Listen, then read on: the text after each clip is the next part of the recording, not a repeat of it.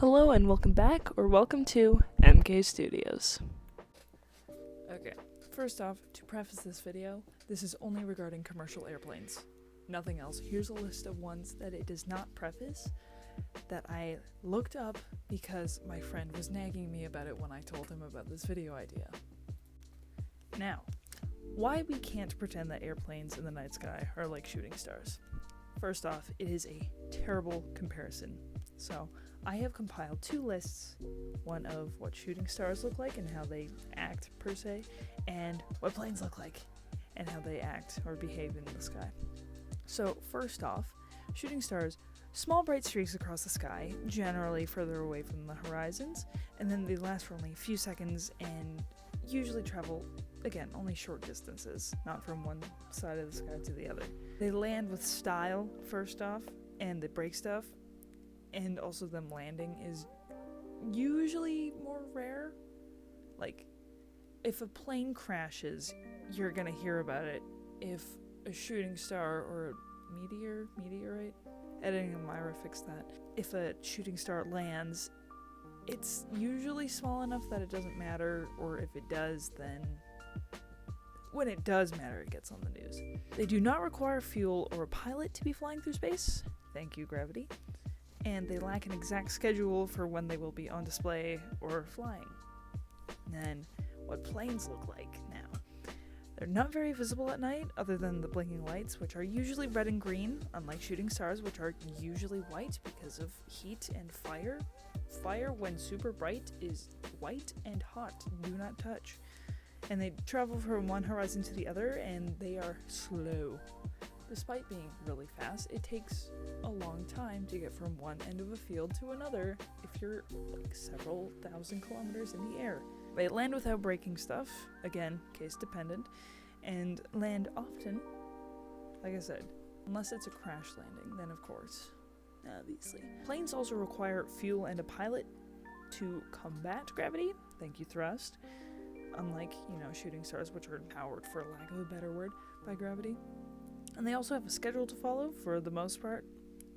I'm sure everyone has been at an airport at least once and has been delayed by, or heard of people being delayed by one means or another.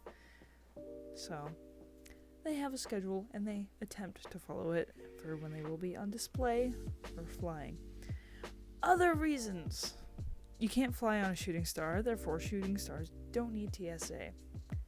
I don't know why that's the first thought, but I'm not wrong, am I? It's not easy to own a landed shooting star, or any shooting star for that matter, and it's much easier to get your hands on a plane. Very different museums, though. It would be interesting to see. Okay, hear me out. Shooting star lands in an airplane, and then the airplane with the shooting star in it is in a museum. Actually, if it's going fast enough, it would just go through the airplane. That'd still be cool to see in a museum. Oh yeah, shooting stars wouldn't make you motion sick because you would be dead. Yeah. Comparatively, airplanes are much easier to vandalize than a shooting star, seeing that when they land, while they're both protected, one is out in the open and the other is usually in a museum, although both can be found in museums. That one guy ate a whole Cessna by himself. Like, aspirations, am I right? Shooting stars should not contain any form of life other than possibly bacteria or water. I don't know if water counts as a form of life. In regards to using it as a wish, just go to a fountain and throw like a coin in, dude. Or just wish, like, just wait for 11:11, find a chicken, cook it, find the wishbone, break it, win it. If you break a wishbone with yourself, do you automatically win and lose? Like, does it cancel out at all, or do you just win? Like, does the good luck outdo the bad luck? Or is it just weird? I did write this like half a year ago, so do with that information what you will.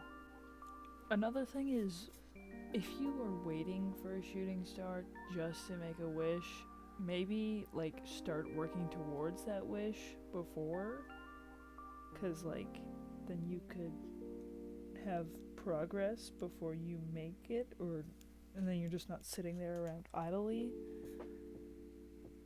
Like, don't just sit there doing nothing when you want stuff to happen, dude.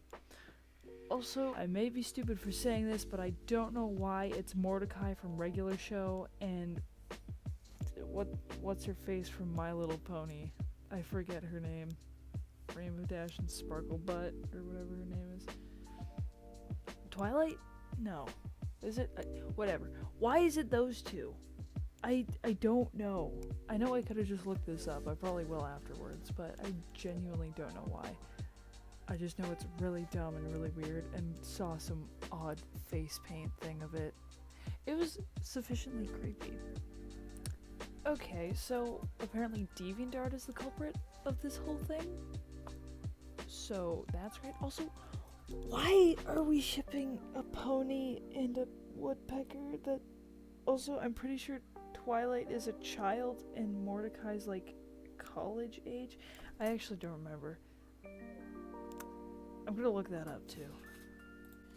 Okay, I looked up their ages. Mordecai's 23, and in 2010, which was when the DeviantArt was made, Twilight Sparkle was from either 15 at the youngest to 18 at the oldest.